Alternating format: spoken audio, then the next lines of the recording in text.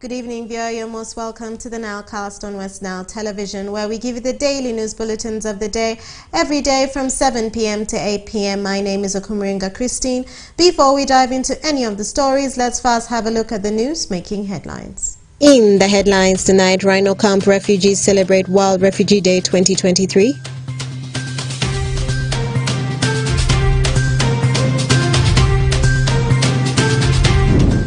Accidents along Karuma Bridge raises a request for construction of modern bridge.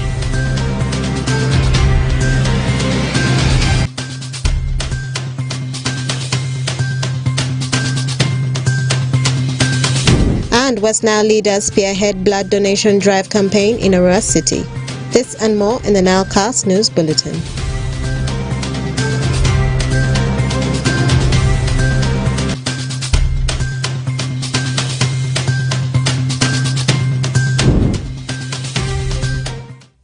It's Wednesday, the 21st of June 2023, and you're most welcome to the NILECAST on Westnile television. Now let us dive into some of the stories of the evening. Partners working in Rhino Camp refugee settlement in Madiokolo district have been urged to embrace parish development strategy the government of Uganda is using if the refugees are to move away from depending on food aid and other support being extended to them. This appeal was made by the Member of Parliament Lower Madi Madiokolo district, Afridra Ronald, during the World Refugee Day celebration, which is an annual event celebrated every 20th of June 2023. Let's have more on that story. Refugees living in Eden 2 zone in Rhino Camp refugee settlement in Madiokolo district, together with partners, yesterday joined the rest of the world in celebrating the World Refugee Day. World Refugee Day is an international day organized every year on 20th June by the United Nations. Some of the refugees who turned up for the celebration confirmed that the day is worth celebrating. It's really an indication that it's chasing out some stresses that has happened all during those days. So it can make somebody at least to think of the future, that in the nearest future might be things might be okay. We who from South Sudan, it is not the first time that Uganda have hosted refugees.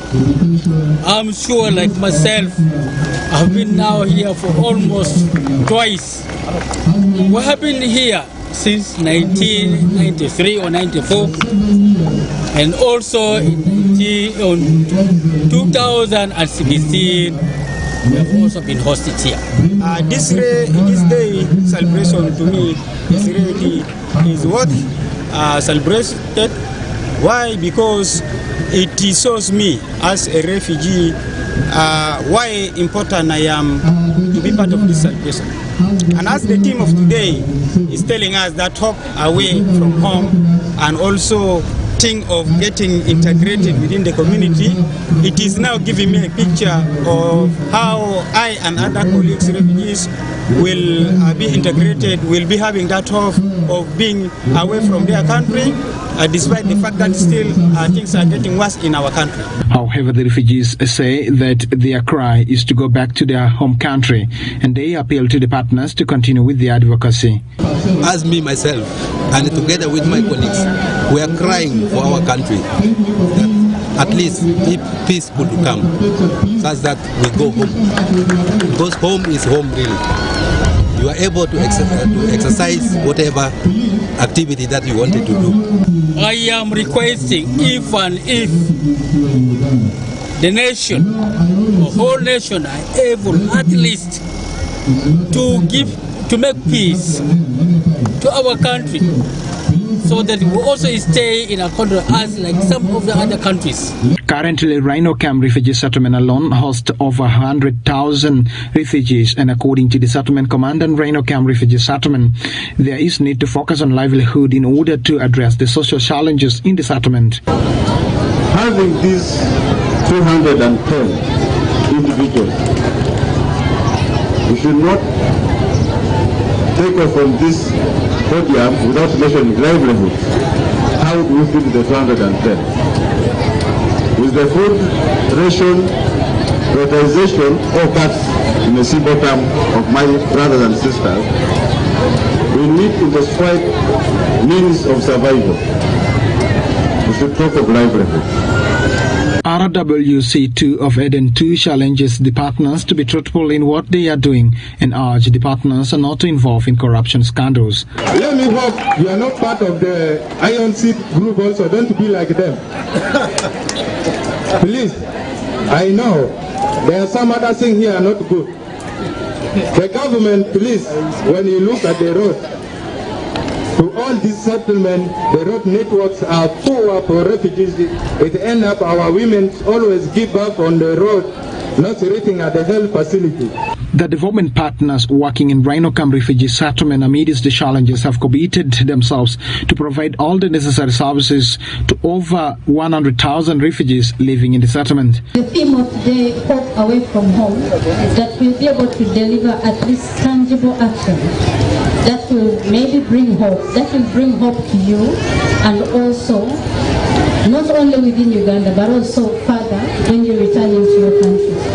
The head of UNHCR, Arua sub-officers, assured the refugees that much as the food aid is being cut, they will try to identify the needy people and also engage the donors to see how the issue can be solved amicably. In the coming months, because of food reduction, we promise to identify affected people and talk to our donors on what we can do to ease that burden. The chairperson of the refugee committee talked about the challenges.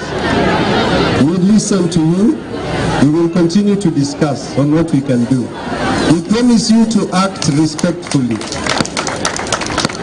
We have meetings in the settlements, meeting at the district level. We'll address these challenges so that we set today as a day to celebrate having resolved some of those challenges. The Member of Parliament for Lower Madi, Afidra Ronald, who was the guest of honor for the World Refugee Day celebration in Rhino Camp Refugee Settlement Madi Okolo, calls on the partners to use the parish development model strategy the government of the Republic of Uganda is using to address livelihood challenges. Parishes, we have 100 million Uganda shillings per parish. I know it is a small money compared to the 43 operating partners, implementing partners having support in this sub-county. My appeal is, can we develop something like a parish development model among the implementing partners so that each refugee household has equally the 20 million per year that Ugandan household would want to make, so that equally the refugee population can make it. If Ugandans, as we are thriving for 100 million, so that each household makes more than 20 million per household per year, can UNHCR and partners, we modify so that we call it socio-economic transformation of the refugee household. Uganda has received over 146,000 new arrivals from South Sudan and the Democratic Republic of Congo, and they continue to arrive each day. Dennis Oringi, Westnile TV, NILECAST. And more in our stories for the evening. Local leaders in Kiriandongo district are demanding for immediate intervention by the government to construct a modern bridge to reduce on the continuous accidents on the Karuma Bridge waterfalls. This comes a day after a Sino truck with the registration number UBE 405P rammed into the Karuma Bridge with unknown occupants and overturned into the River Nile. Alfred Jawok reports more.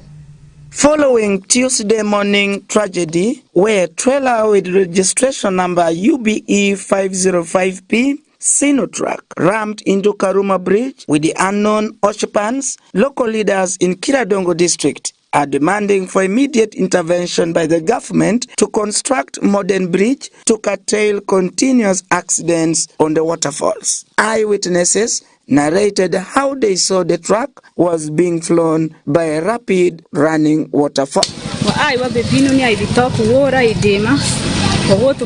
Marashi pesa matushi bridge Karuma wabe tianu kari mwami wange dongo dar wabe winju pinmo kube working ye yori nye wakuku atingu ni akene ni wanga yori nye akumae agama lo kiran wangu motokari matar wabe mondo dongo monda be shidipi dominio ni motokari ni size marokani charane ni ngore aneno kabi matar be mondo dongo shidipi amita lo kwanga yo pincha dokenda neno go pincha muneni kendo.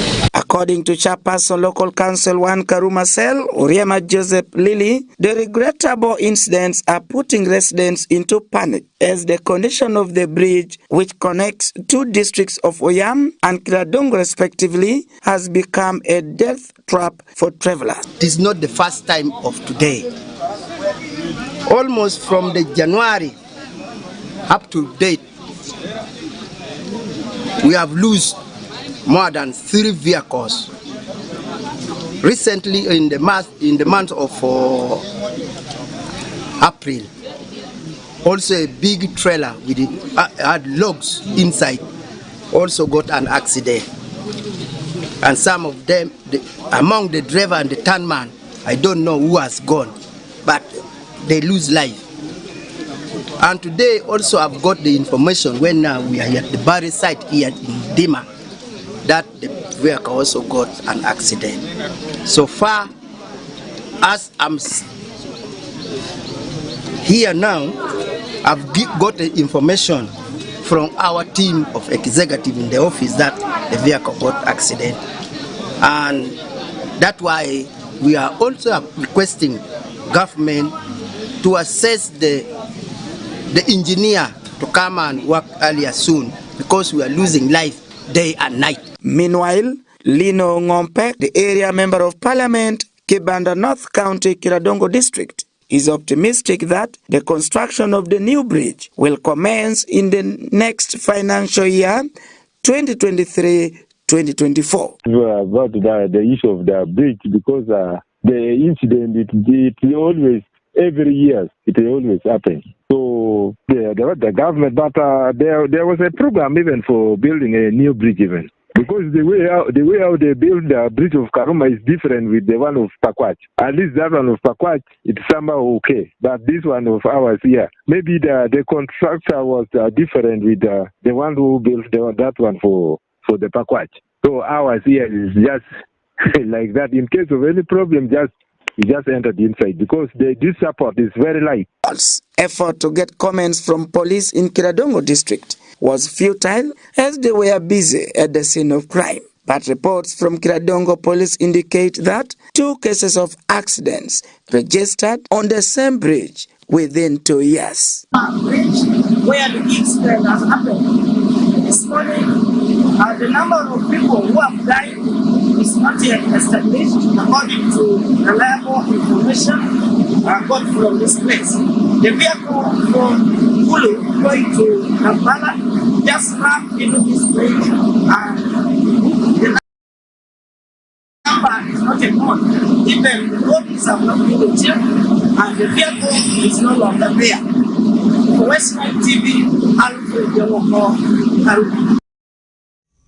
And more in our stories for the evening. Political leaders and well-wishers in the West Nile region have pledged to intensify blood donation and awareness to save lives in the region. This pledge was made by the blood bank donation at the blood donation drive campaign themed Give Blood, Save Lives, Share Often that took place on the 20th of June 2023 at the former Market OPM grounds in Arua City. Osuta Yusuf reports more. Political leaders and well-wishers in the West Nile region have pledged to intensify blood donation and awareness campaign to save lives in the region. This year's celebration, which is themed Give Blood, Save Life and Share Often, has been held on Tuesday the 20th of June 2023 at OPM grounds in Arua City.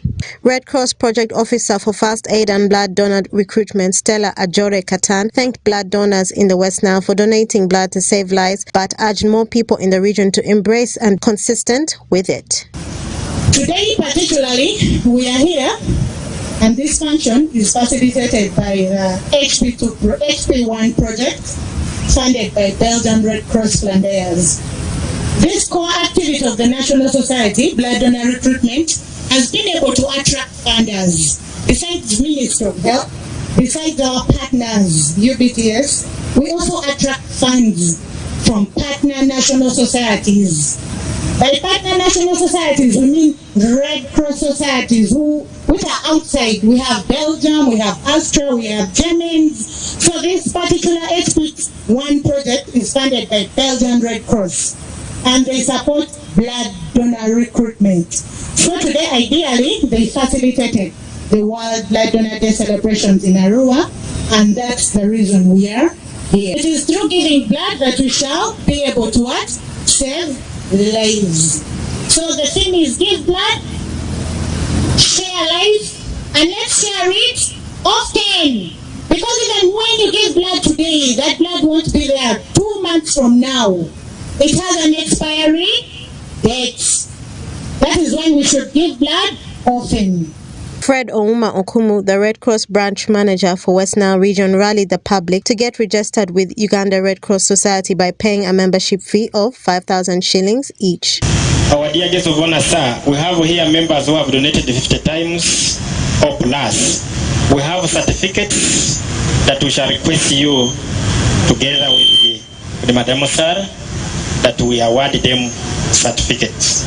It's a kind of appreciation that we can give them. We don't have any factory that manufactures blood, but because they are willing and they have been giving us blood, that's why the institution said we must at least give them a certificate. Uganda Red Cross Society is a membership institution. I request members that we pay membership only 50,000 plus 3 passport photos. So we request that you act as our ambassador, that every time you also preach this gospel and recruit. So we are looking at one by one, you recruit and the other one also recruits. The program manager for blood donor recruitment, Sarah Mutagombwa, who represented the Secretary General for Uganda Red Cross Society, Robert Kwenziga, applauded the blood donors who testified to have willingly donated blood at the age of 16 years and many others who risked their lives to donate blood to save lives of others. Please join me to give a loud of applause. Clap your hands. Clap as long as you can. And let it go. Let it go as we say thank you. Thank you so much for thanking these people. Sometimes I become so passionate about blood donors. I've been fortunate that I once donated blood. Somebody has just told his story when he donated when he was 16 and he has to tell a lie. And I was touched. To some other people, donating blood is death. So I was looking at a 16-year-old who really didn't fear death, and he wanted to say, let me donate much as I'm underage. And that is the passion that drives blood donors. Most of you have never received blood, but why do you continue to donate blood? It's because of the passion that you want to save a life. The doctor has said to them, I have done what I should have done, and the rest is you need a hint of blood. So the doctor has no alternative. He cannot give water, he cannot give Panadol, but this patient needs blood. And there's what we call the 30 golden minutes. For you to be alive, between life and death, you have 30 golden minutes. If you don't receive blood in those 30 minutes, you are dead. It's so unfortunate that so many people have lost their lives, and yet all of us have blood. So that's why we celebrate this day for those people that have sacrificed, that have given life, that have donated blood to save life. Our District LC5 Chairperson Honorable Alfred Okonzi, who was also the guest of honor at the ceremony, appealed to the general public to donate more blood to cater for other risks and pledged total support from the District Council by inviting Red Cross officials to make presentations on blood donation in the next council sitting. This day. Ladies and gentlemen, we need blood. We need blood in this region. As you have heard, we are in short supply of blood. We need more than 30,000 units, but we are only able to raise 14 units. Where do we expect the difference to come from? We don't have to survive on some other people's blood. We need our own blood to save lives in our region here. Now we know that teenage mothers, the need for blood is very, very high amongst them. Why? Because they are conceiving when they are still young, and then they do not deliver under supervised care. Most of the deliveries are in the villages, and some even go as far as inducing abortions. And all this need what? Blood. I want to be the game changer. Arua district must be #1 in blood donation. From today, all your programs of donation, blood donation, give them to me. I will follow you up. If I am busy, I will tell my councillors to support you. The statistic of last year's 2022 showed that Westnile region donated only 14,000 units of blood out of the required standard of 35 units per year, making it one of the poor regions in Uganda in terms of blood donation. Osuta Yusuf and Okumuringa Christine, NILECAST. And more in our stories for the evening. Over 20 health workers in Arua City attained training on investigating sexual offense and on how to use a sexual assault kit, a training organized by MEMPRAO and partners under the Monitoring and Empowerment Program. Emmanuel Agele reports. In order to accelerate progress in building and creating safe communities for the young women, for the prevention of sexual gender-based violence, and to also ensure the households live harmoniously, MEMPRO, with its partners under the Monitoring and Empowerment Program, has trained health workers in Arua City on how a sexual offense is being investigated and how to use the sexual assault evidence kit. Paparo Caroline, the program manager, says they are committed to protecting and fighting against the abuse of human rights, children's rights and women's rights. From the previous CFA1 program, we noticed that the health sector, we had left them out with the assumption that they knew what they were doing, which they do, and that they were able to support survivors when we came to the health facilities. But when we did our assessments, we got to understand that there is a gap and a disconnect across the board. So we decided to bring them on so that they are able to fill in some of the gaps, but also connect with the different stakeholders so that we are able to have a strong and firm referral system from the grassroots to the district level, that the survivors are able to access justice once a case has come to light. Now, in as much as the health personnel are very key in the referral pathway, we understood that those at the grassroots level, the VHTs, maybe those at the sub-county, rather parish level, may not have understanding of some technicalities around the connection of their work and human rights, defending of human rights and protection of women and girls from abuse. And so this training is important for them, but also for those who know to revise what they know, but also to help those that do not know understand what are the cultural norms and the religious practices that perpetuate violence that we have seen in our communities and treated as normal. And yet in our place or in our capacity as different office holders, we are able to use our positions to protect these girls and boys from abuse. ASP Dr. Madrama Charles, the regional police surgeon who trained health workers, states that despite the decline in sexual gender-based violence cases in Arua City, it is very vital health workers are equipped with such skills. In this particular day, I've been called by MEMPRO to come and demonstrate how a sexual offense is being investigated. So I came with the kit, sexual assault evidence kit, which I demonstrated why it is important to collect those evidences from survivors as well as perpetrators. The kit has got a lot of equipment which is geared to correctly selecting specific pieces of evidence that can be adduced before courts of law.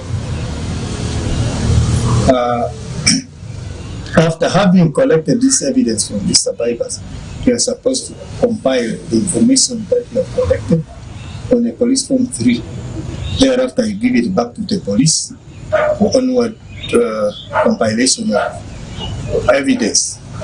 Then thereafter, the case file is taken to the courts of law. When there's time for witness summons come, then we always go at this file. So that is briefly what I can say about GBV in particular. And as I talk, in the last few months, cases of GBV has scaled down, because I used to see more than 20 cases per month. And that doesn't mean that I'm the only person seeing cases of GBV. All health facilities here in the district or in the region, or in the city in particular, are also seen by Arua Regional Hospital, Collegiate Center, that Atumi, Paju, and several other health workers. But for me, you have been sent by the Internal Affairs to come and oversee the medical legal cases in the region. Some of the health workers trained share their experience on how this training is going to help them to get a concrete evidence that can be used in courts of law. What we have learned from the training here has really made us to know that what we are going to do to even help the community. We are going to even sensitize the community about what's supposed to be done, what happens when such things happen. That's when they want to report to us, and then we say where to go, and then what to do to them. I think there's a lot which we are going to do in the community. The non-governmental organizations, they are helping us as the local government, as we don't have enough resources. They are really doing what the local governments are supposed to do. So such trainings, if we have the knowledge, we can help. Sometimes previously we've been using crude ways of handling things. Now that we have got a new skill of handling, friendly ways of handling issues, that will help us to improve on our skills of work, doing the work in the community. According to reports, some of the unregistered human rights and sexual gender-based violence cases are attributed to cultural and religious practices that need mindset change and a concerted effort from every stakeholder. Emmanuel Agele, Westnile TV NILECAST. And more in our stories for the evening. Persons living with disabilities in Zombo district are demanding for the whereabouts of 10%, an equivalent of shillings 10 million, parish development model funds meant for them. According to them, only 2 of the members got the parish development model fund out of over 400 PWDs who registered for the fund. Alfred Jawok reports. Persons living with disabilities in Zombo district have renewed their calls about the whereabouts of 10%, an equivalent of 10 million shillings for parish development model funds meant for them. According to them, only 2 of their members got the PDM fund out of 400 registered members. Geoffrey Aliana, the councillor representing persons with disabilities in Zombo district, has said several of their members who have applied for the PDM funds did not benefit from the program. They are not fitting in the government program, especially PDM. PDM in the whole district, we find that many PWDs are not given the chance of getting PDM. I don't know why.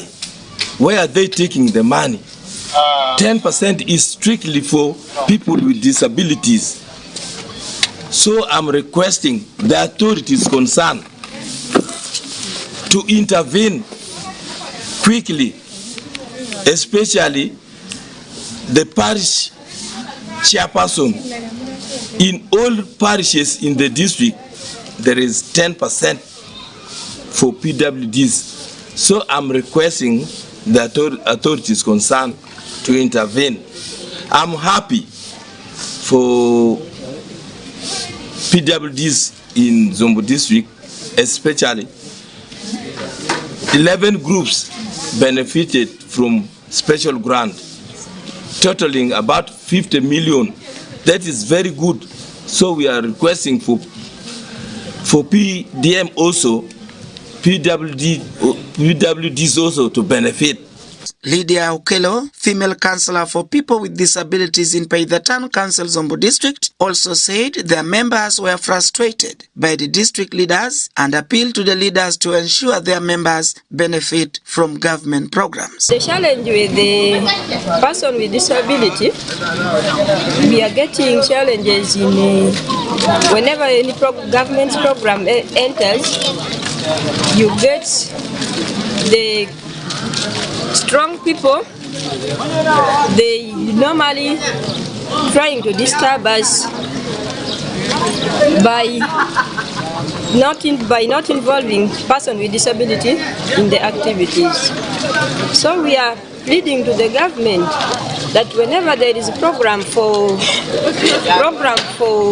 the government is giving, they should make sure that a person with disability should be also included, or person with disability should they should separate their whatever they are, what the government want to give to them. Zombo District Production Officer Dr. Walter Komakech said at least most of people living with disabilities have benefited from special grant, and the district is working to engage every special interest groups to benefit from the money. Komakech lauded the government and development partners for giving them support, but urged the beneficiaries to use the funds well.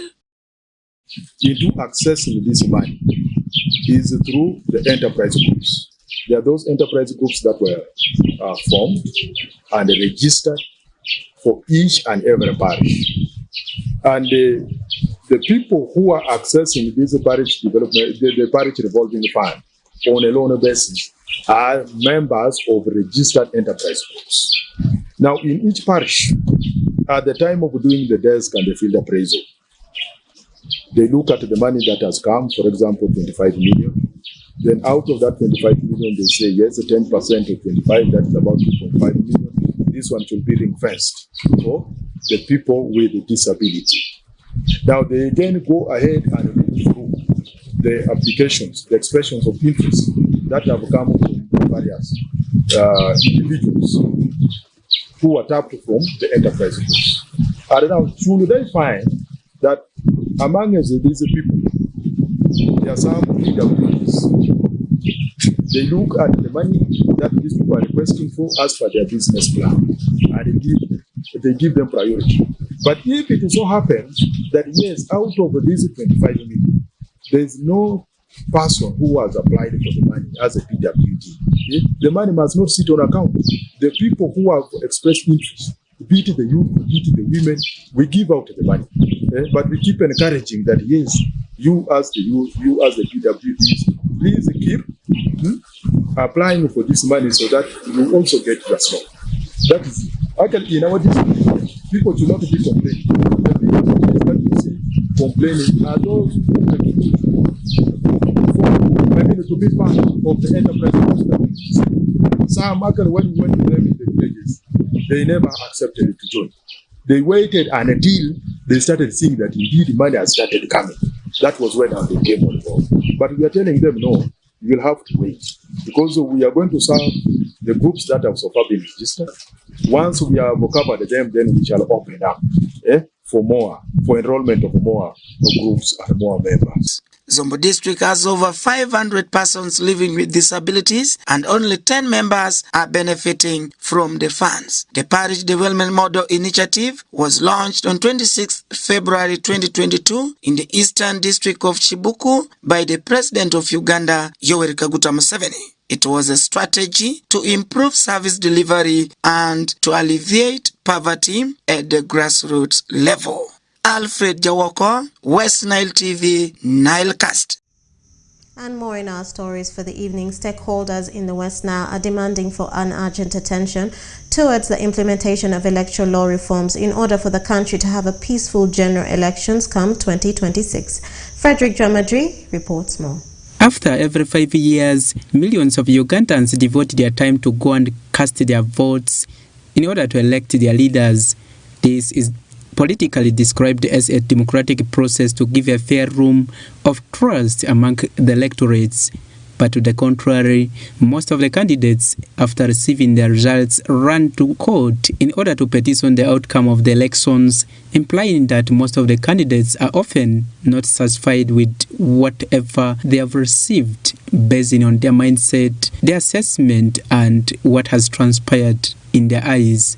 Now, the stakeholders in Westnile are demanding for urgent attention towards the implementation of the electoral law reforms in order for the country to have a peaceful general elections come 2026. You can't do this place manual. For me, I'm in Kampala. I am coming to vote in Yumbe. You expect me to travel there only to come and check on the display form that my name is there. Why can't we do things online? Year in, year out, the opposition, the candidates are always getting less than 5% of the presidential election results. Electoral Commission should convince the country.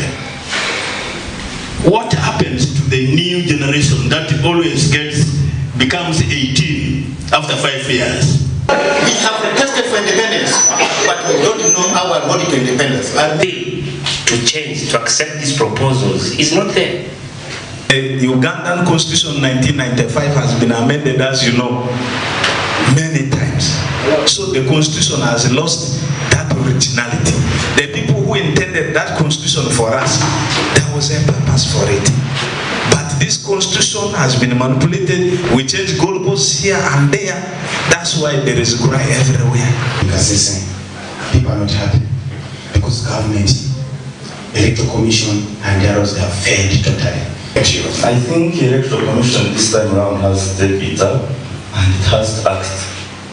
Because sincerely we have been provoked enough, intimidated enough, beaten enough, except that most of these things don't come out public. Among some of the key priority areas, the stakeholders, including representatives of the political parties, civil society organizations, religious leaders, youths, elders, women, among others, have fronted from Westnile region to the attention of the Ugandan government to take a serious note, include monetization of politics, reinstating back age limit to avoid jokers, increasing education qualification of politicians at all levels, while a must holder of a political science or law for presidential candidates in order for the country to have an able leadership.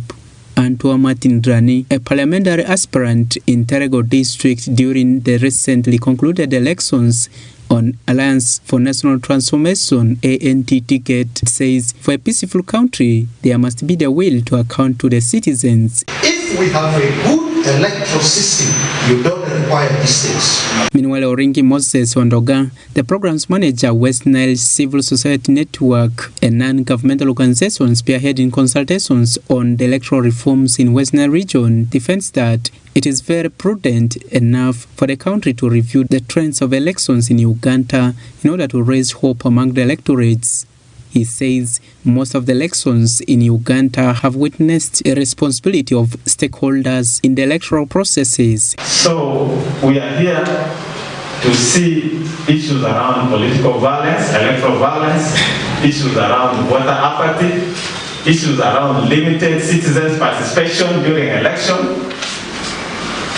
issues around monetization of election. During the recently concluded 2021 general elections in Uganda, out of over 18,000 voters who had registered to cast their votes, about 10 million Ugandans turned out, indicating a dwindling will among the voters in Uganda to elect the leaders. Frederick Dramadri, Westnile TV, NILECAST. And more in our stories for the evening. The farmers in the West Nile region have been called upon to adopt new methods of farming, such as irrigation system, in order to beat the unreliable nature of rainfall. The farmers have also been urged to put the parish development model funds into proper use by putting extension workers to task so as to get proper knowledge of what technology to use. Farish Majid reports more.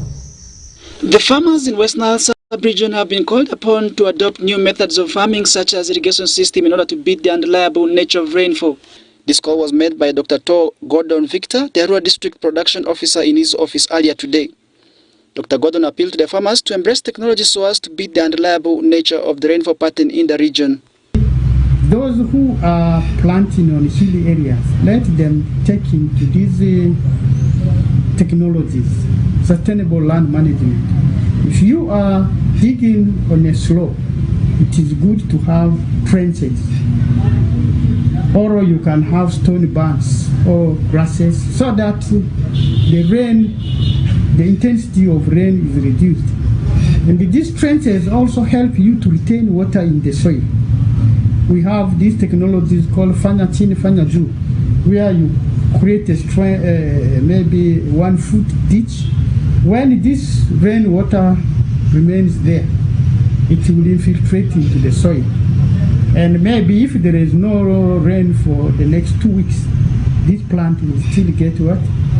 Then Dr. Gordon also urged the farmers to put the parish development funds into proper use by putting the extension workers to task so as to get proper knowledge of what technology to use exactly. And currently, every parish has 50 million. All the parishes, minimum 50 million. So the next thing is people should plan. We have government extension workers. We have private extension workers there. We have the NGOs. These are people you need to consult to help you in the planning, because under PDM, when you are applying for that loan, you actually prepare a business plan. And that business plan goes through all activities which you are going to do. And if you are able to follow, I'm sure you are going to change. And the president directive is you should use this money as much as possible for 24 months, 2 years, before you can repay. If you are on the agricultural production, maybe only those who are doing produce buying and selling. So 2 years, if you use such money very well, advice from agricultural extension people, input dealers. When you go and buy your crop, ask that input dealer, how long will it going to take? When do I start weeding, and so on. So the knowledge is there. So let people just wait for an extension worker to come. You demand for it. Farish Majid, Westnile TV, NILECAST. And to end our NILECAST for the evening, the body of the late Supreme Court Justice Arach Amoko arrived at Parliament, where it was received by the Speaker of Parliament, Right Honourable Anita Among. The members of Parliament paid their respects to the deceased, who served for decades in the judicial circles. Supreme Court Justice late Mary Stella Arach Amoko passed away at the age of 69 at Nakasero Hospital on the 17th of June 2023.